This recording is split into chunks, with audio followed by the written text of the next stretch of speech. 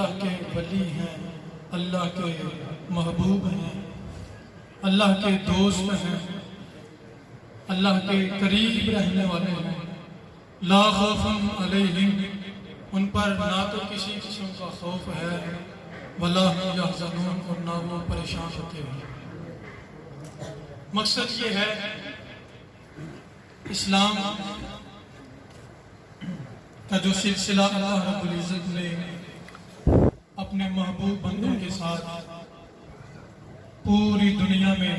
بلند و بالا فرمایا ہے، اس اسلام کے پیغام کو اس روئے زمین پر سب سے پہلے اللہ رب العزت نے جن عظیم ہستیوں کی سپرد کیا وہ میرے رب کے انبیاء کرام علیہ السلام ہیں۔ سب سے پہلے انبیاء اور رسل نے اپنی ساری زندگی اللہ رب العزت کے بارگاہ سے دور ہو جانے والوں کو اس کی بارگاہ تک واپس لانے کے لیے اس اسلام کے پیغام کو عام کیا۔ جب وہ سلسلہ میرے اور آپ کے کریم آقا تاجدار ختم نبوت احمد مصطفیٰ حضرت محمد مصطفیٰ صلی اللہ تعالی علیہ وآلہ وصحبہ وبارک وسلم پر ختم ہوتا ہے، سلسلہ نبوت تو اللہ نے آپ پہ ختم کر دیا، لیکن اس کے بعد سلسلہ ولایت جو ہے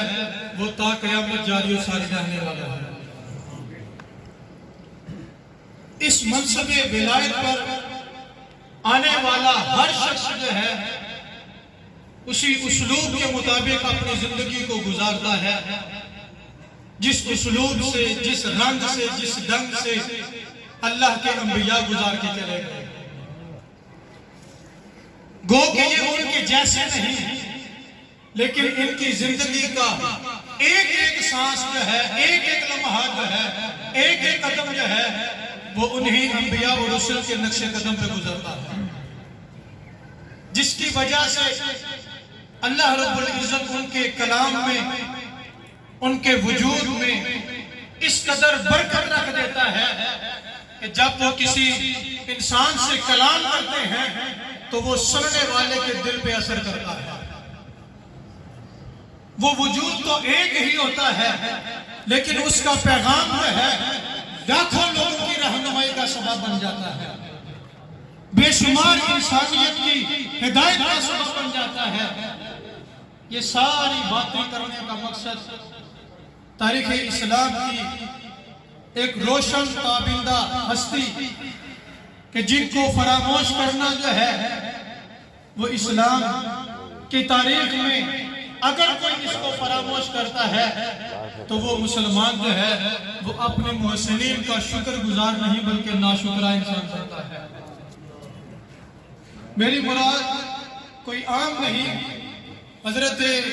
عمر بن عبدالعزیز رحمت اللہ تعالی کی ذات گرامی ہے۔ آپ وہ عظیم ہستی ہیں کہ اگر اس روئے زمین پر حضرت سیدنا ابوبکر صدیق، سیدنا عمر فاروق، سیدنا عثمان غنی، سیدنا علی المرتضی، حضرت امام حسن مجتبی رضی اللہ تعالیٰ عنہ نے اپنی زندگی میں جس منہج پر خلافت کی ہے، تاریخ اسلام کے علماء اولیاء اس بات پر متفق ہیں کہ حضرت عمر بن عبدالعزیز رضی اللہ تعالیٰ عنہ نے خلافت جو ہے اسی منہج پر کی ہے۔ آپ کی خلافت کو خلافت راشدہ کا نام دیا گیا ہے، لیکن آپ کی زندگی کو دیکھا جائے کس طرح سے اس قدر عظیم مقام آپ نے پایا ہے۔ آپ رضی اللہ تعالیٰ عنہ 61 ہجری میں پیدا ہوتے ہیں اور آپ کا وصال 101 ہجری میں بنتا ہے۔ عمر کے حساب سے دیکھا جائے تو صرف 40 سال جو ہیں وہ حیات میں گزرے ہیں، اور ان 40 سالوں میں بھی اگر آپ کا وقت خلافت دیکھا جائے تو وہ صرف اور صرف 4 سال 5 مہینے اور 9 دن بنتا ہے۔ اس قدر 2 سال 5 مہینے اور 9 دن بنتا ہے، یہ تقریباً 2.5 سال کا پیریڈ جو ہے آپ نے منصب خلافت میں گزارا ہے، تو آپ کا وہ پیریڈ، وہ دورانیہ، اس خلافت کو رہتی دنیا تک لوگ جو ہیں وہ خلافت راشدہ کے نام سے یاد کر رہے ہیں۔ آپ کی ذات نہ تو نبی ہے اور نہ صحابی ہے، ہاں درجہ ولایت میں آپ کا بہت اونچا مقام ہے، تو اگر اس مقام پر آپ نے زندگی کو گزارا ہے، کیا وجہ ہے آج بھی لوگ جو ہیں اس منصب صدارت پر بیٹھتے ہیں؟ بڑے افسوس سے کہنا پڑتا ہے، نام تو مسلمانوں والا ہوتا ہے اور دعویٰ بھی مسلمانی کا کیا جاتا ہے، لیکن ہر شخص کو تقریباً 5 سال جو ہیں وہ حکومت کے ضرورت ملتے ہیں۔ کیا وجہ ہے کہ وہ سارا پیریڈ گزر جاتا ہے لیکن وہ غریبوں کے حالات سے واقف بھی نہیں ہو پاتے، یتیموں کے حالات سے واقف بھی نہیں ہو پاتے، نادار لوگوں کا کوئی پرسان حال نہیں بنتا۔ جو بھی اس منصب پر آتا ہے بس اپنے ہی پیٹ کے دوستوں کو بجھانے کے لیے سارا وقت گزار کے چلا جاتا ہے۔ دورانیہ دیکھا جائے تو کم از کم 5 سال کا ملتا ہے۔ تاریخ اسلام کی ان عظیم ہستیوں کو دیکھا جائے تو ان کا دورانیہ جو ہے وہ 2.5 سال ہے، لیکن لوگ آپ کو خلافت راشدہ کے نام سے یاد کر رہے ہیں۔ آج جن کو 5 سال کا دورانیہ ملتا ہے، نام کے مسلمان ہے، مسلمانی کا دعویٰ ہے، ان کی جان کی حفاظت کرنے کے لیے لوگ جو ہیں وہ اپنا تن من دھن قربان کر رہے ہیں۔ کیا وجہ ہے کہ جن عظیم ہستیوں نے اپنی جانوں کو قربان کر کے اسلام کے نام کو زندہ رکھا ہے، آج وہ تو چلے گئے لیکن ان کے جانے کے بعد ان کے وجودوں کو قبروں سے نکال کر ان کی بے حرمتی کی جا رہی ہے۔ آج ان کی حفاظت کرنے والا کون ہوگا؟ کم از کم وہ لوگ تو ہیں کہ جو اپنے مسلمان ہونے کا دعویٰ کرتے ہیں، جن کی زبان پر مسلمانی کا دعویٰ ہے۔ تو اگر یہ سادہ اور یہ عام لوگ جن کا بس نہیں چلتا، تو جتنے مشرف ممالک ہیں، یہ منصب صدارت پر بیٹھنے والے لوگ ہیں، جو منصب وزارت پر بیٹھنے والے لوگ ہیں، اگر وہ اپنے منصب پر بیٹھ کر ہماری حفاظت نہیں کر سکتے تو ہماری اتنی اپیل ضرور ہے، جو ہمارے اسلاف ہیں ان کی حفاظت ضرور کی جائے، ان کے مزارات کی حفاظت ضرور کی جائے، ان کے وجودوں کی حفاظت ضرور کی جائے۔ اگر ان سے یہ کام بھی نہیں ہو سکتا تو پھر معذرت سے یہی گزارش ہے کہ اپنے منصب سے ہاتھ کو اٹھا دینا چاہیے۔ یہ وہ منصب کہ جس منصب پر بیٹھ کر نہ تو آپ اسلاف کی حفاظت کر سکتے ہیں اور نہ ہی میرے آقا علیہ السلام کی امت کے دکھ درد کو بانٹ سکتے ہیں، تو وہ کون سا مقصد ہے جس کی خاطر تم لوگوں نے اس وزارت کو، صدارت کو حاصل کیا؟ وہ حضرت عمر بن عبدالعزیز رضی اللہ تعالیٰ عنہ ایسی ہستیاں روز اس دنیا میں جنم نہیں لیتی۔ اگر آپ کی نسل کو دیکھا جائے، ماں کی طرف سے نسل کو دیکھیں وہ بھی اعلیٰ ہے، باپ کی طرف سے نسل کو دیکھیں وہ بھی اعلیٰ نظر آتا ہے۔ یہی عمر کے جن کو عمر ثانی کا نام دیا جاتا ہے، ان کی یہ فضائل و برکات جو ہیں اگر نسل کے اعتبار سے دیکھے جائیں تو ان کو عمر اول سے حاصل ہوئے ہیں۔ خلیفہ دو حضرت عمر بن خطاب رضی اللہ تعالیٰ عنہ رات کے وقت بھی حضور نبی اکرم علیہ السلام کے امت کے ناداروں کی نگہبانی کیا کرتے تھے، مدینہ کی گلیوں میں چکر لگایا کرتے تھے۔ کوئی رات کے وقت بھوکا جو ہے وہ بلک نہ رہا ہو، کوئی یتیم رات کے وقت بھوکا سو نہ جائے، اس کے دل سے نکلنے والی آہ کہیں خدا تک پہنچ کر عمر پر قہر نہ نازل ہو جائے۔ اسی خوف خدا کو لگے ہوئے جب مدینہ کی گلیوں میں چکر لگایا کرتے تھے، ایک رات کا سما ایسا ہوتا ہے کہ آسمان سے بارش کا نزول ہے، اس پانی کے قطرات سے بچنے کے لیے چند بہتے ہیں، کسی گھر کی دیوار کے اوٹ میں کھڑے ہوتے ہیں، بس اسی دیوار کی اوٹ میں کھڑے کھڑے کانوں میں آواز سنائی دیتی ہے کہ بیٹا دودھ میں پانی میں ڈالو، بیٹا دودھ میں پانی میں ڈالو۔ مجھ سے پہلے میرے محسن علامہ صاحب خوف خدا کی بات کر رہے تھے. ارے یہ خوف خدا اس قدر عظیم تحفہ ہے, اس قدر عظیم نعمت ہے, جس کو یہ نصیب ہو جاتی ہے اس کی دنیا بھی سنورتی ہے, اس کی آخرت بھی سنور جاتی ہے. وہ کہنے والی یہ کہتی ہے بیٹا دودھ میں پانی ملا لو. آگے بیٹی کا جواب آتا ہے کہ اس کام سے عمر نے منع کیا ہے, اس کام سے عمر نے منع کیا ہے. تو وہ کہنے لگی کہ بیٹا کون سا عمر دیکھ رہا ہے؟ تو بیٹی کا جواب آتا ہے کہ میں اس بات کو ناپسند کرتی ہوں کہ عمر کے سامنے تو اس کی فرمان برداری کر رہی ہوں, اور جب عمر دیکھ نہ رہا ہو تو اس کی نافرمانی کرتی ہوں, یا عمر کی فرمان برداری تو کر رہی ہوں لیکن عمر کے خدا کی نافرمانی کرتا ہوں.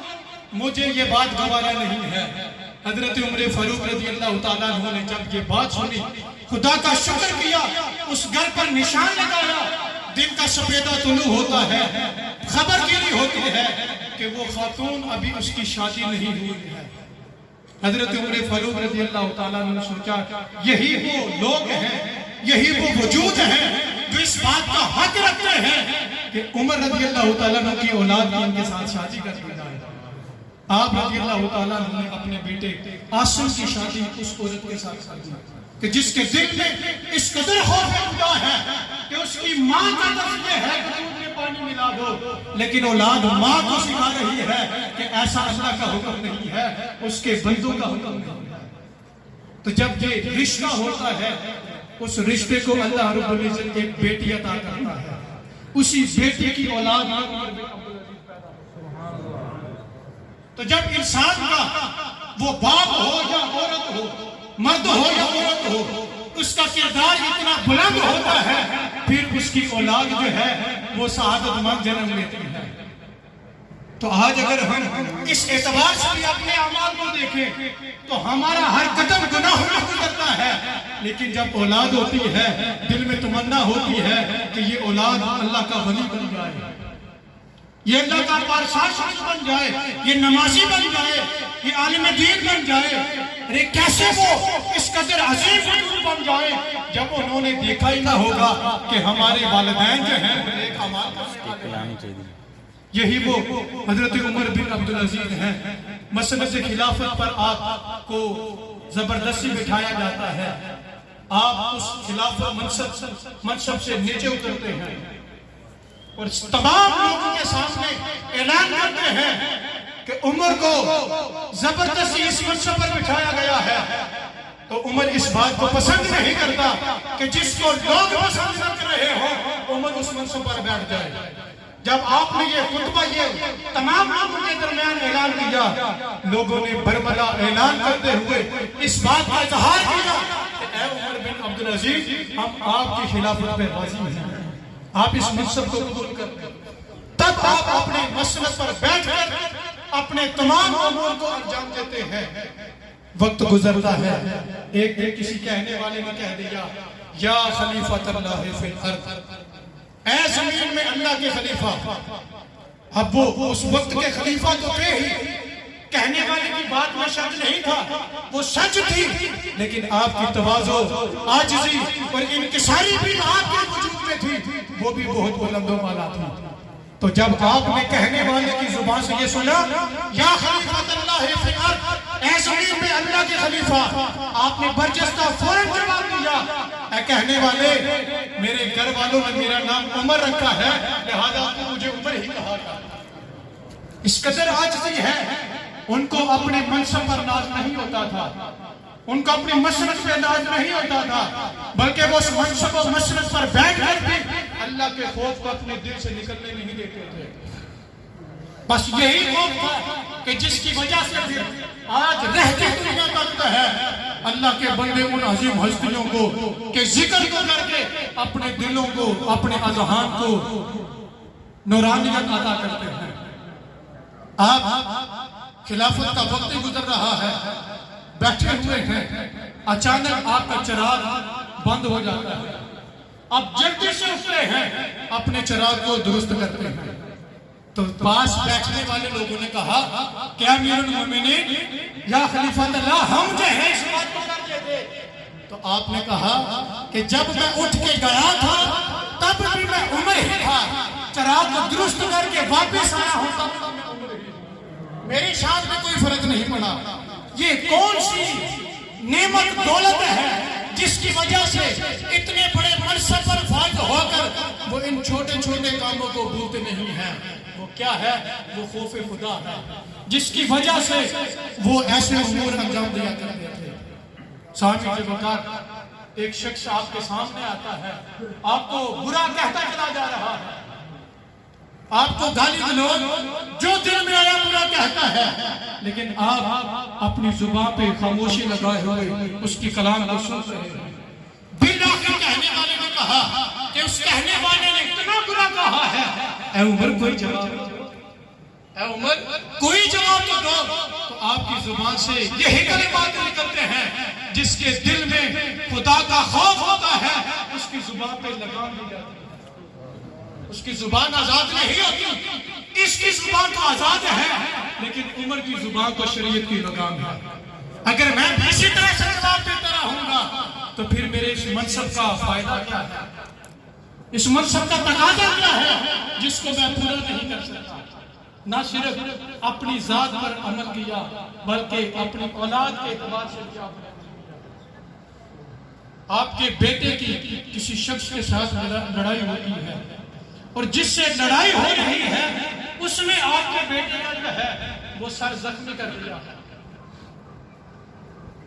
اب وہ اپنے شکوے کو اپنی شکایت کو لے کر آپ کے پاس آیا۔ اب وہ سوچ تو یہ رہا تھا کہ بھئی وقت کے خلیفہ کے بیٹے کا سر زخمی ہوا ہے، اب تو میری جان کی بات ہے۔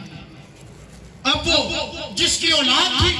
اس شخص اس بیٹے کی ماں میں ہے، آپ کے پاس آ کر فوراً سزا دیتی ہے میرا بیٹا یتیم ہے۔ کچھ اور نہیں کہا، یہ کہتے ہیں کہ میرا بیٹا یتیم ہے۔ تو آپ نے اپنے بیٹے کے بارے میں نہیں پوچھا، آپ نے کہا کہ بیٹا یتیم ہے، فوراً بیت المال سے اس کا وظیفہ لگا دیا۔ اب وہ کہنے والی اپنی شرمندگی سے آ رہی ہے، اپنی ایک عزم لے کر آ رہی ہے، اپنی معافی کی طلبگار تھی، لیکن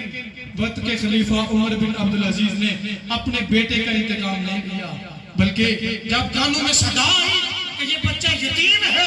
فوراً بیت المال سے اس کا وظیفہ مقرر کر دیا اور اس کو رخصت کر دیا۔ تو یہ وہ اعمال ہیں، ان باتوں کا آپ کے گوش گزار کرنے کا مقصد کوئی قصہ کہانی سنانا نہیں، بلکہ آپ کی سیرت، آپ کے کردار کے چند گوشوں کو آپ کے سامنے رکھ کر صرف اس بات کا مطالبہ کرنا مقصود ہے کہ وہ بھی تو وقت کے خلیفہ تھے، وہ بھی تو وقت کے حکمران تھے کہ جو اس منصب پر بیٹھنے سے اتراتے تھے، اس منصب پر بیٹھنے سے خوف کرتے تھے، لیکن اگر وقت کے لوگ ان کو اس منصب پر بٹھا دیتے تھے پھر وہ اس منصب کے تقاضوں کو کس آسان انداز سے پورا کیا کرتے تھے۔ آج اگر لوگ اس منصب پر آ رہے ہیں، زبان پہ مسلمانی کا دعویٰ بھی ہے، لیکن اعمال ان کے جیسے بھی نہیں ہیں، دونوں طرف سے اگر اسلاف کی عزتوں کے محافظ دیکھا جائے تو وہ بھی ان وجودوں سے کوئی امید نہیں رکھی جا سکتی، لیکن جو امت اس دنیا میں موجود ہے ان کا پرسان حال کی طرف دیکھا جائے تو جو بھی آتا ہے ہمارا پرسان حال کیا کرنا ہے، اس ملک کا، اس وطن کا قرض جو ہے وہ بھی بڑھتا چلا جا رہا ہے، وہ تو اس کے قرض کو ہی نہیں کر سکتے، ہماری اس قوم کو قرضے سے نجات نہیں دلا سکتے، تو وہ کس وقت یہ قوت ان کے پاس آئے گی؟ صرف ایک بات ہے کہ وہ ان کے پاس اگر خوف خدا اور عشق رسول صلی اللہ علیہ وسلم کی نعمت ان کے دلوں میں پیدا ہو جائے گی تو اس کی وجہ سے ان کے وجودوں میں ایسا نور پیدا ہوگا کہ یہ ایک وطن تو کیا پوری روئے زمین بھی اگر حکمرانی ان کو عطا کر دی جائے اللہ رب العزت جو ہے ان سے بآسان طریقے سے انجام دے گا۔ تو سامعین وقار میرے ان ساری باتوں کا مقصد جو ہے وہ آپ کے گوش گزار یہ کرنا ہے کہ جن اسلاف کے قربانیوں سے اسلام بڑی حفاظت کے ساتھ ہمارے وجودوں تک پہنچا ہے، تو سب سے پہلے ہمارا فرض یہ بنتا ہے کہ ہم اس اسلام کے مطابق اپنی زندگی کو گزارتے چلے جائیں. جتنا جس شخص پہ فرض ہے، نماز ہو، روزہ ہو، حج ہو، زکوٰۃ ہو، دیگر نیک اعمال ہو، اپنی اپنی طاقت کے مطابق جتنے جس پہ فرض ہے ان کو ادا کرتے چلے جائیں. اور نہ صرف ان کو ادا کر کے اپنی آنکھوں کو بند کر لیا جائے، بلکہ جن اسلاف کی قربانیوں کی وجہ سے، وہ اسلاف میں صحابہ کرام ہوں، میرے کریم آقا علیہ السلام کی اہل بیت ہو، یا اللہ کے اولیاء ہوں، علماء ہوں، مجتہدین ہوں، مفسرین ہوں، جو شخص بھی جو ہے اسلام کے راستے میں اپنے قلم کے ساتھ یا اپنی جان کے ساتھ جس انداز سے بھی قربانی دے کے گیا ہے، ہمیں ان کی قربانیوں کو فراموش نہیں کرنا چاہیے. ہر دن میں ایک نیا فتنہ نمودار ہوتا ہے. کوئی علماء کے خلاف ہے، کوئی اولیاء کے خلاف ہے، کوئی اللہ کے ولیوں کے آستانوں کے خلاف ہے. ارے یہ امت مشرک نہیں ہے، بلکہ یہ جب بھی سر جھکاتی ہے اپنے ایک خدا کے سامنے سر جھکاتی ہے.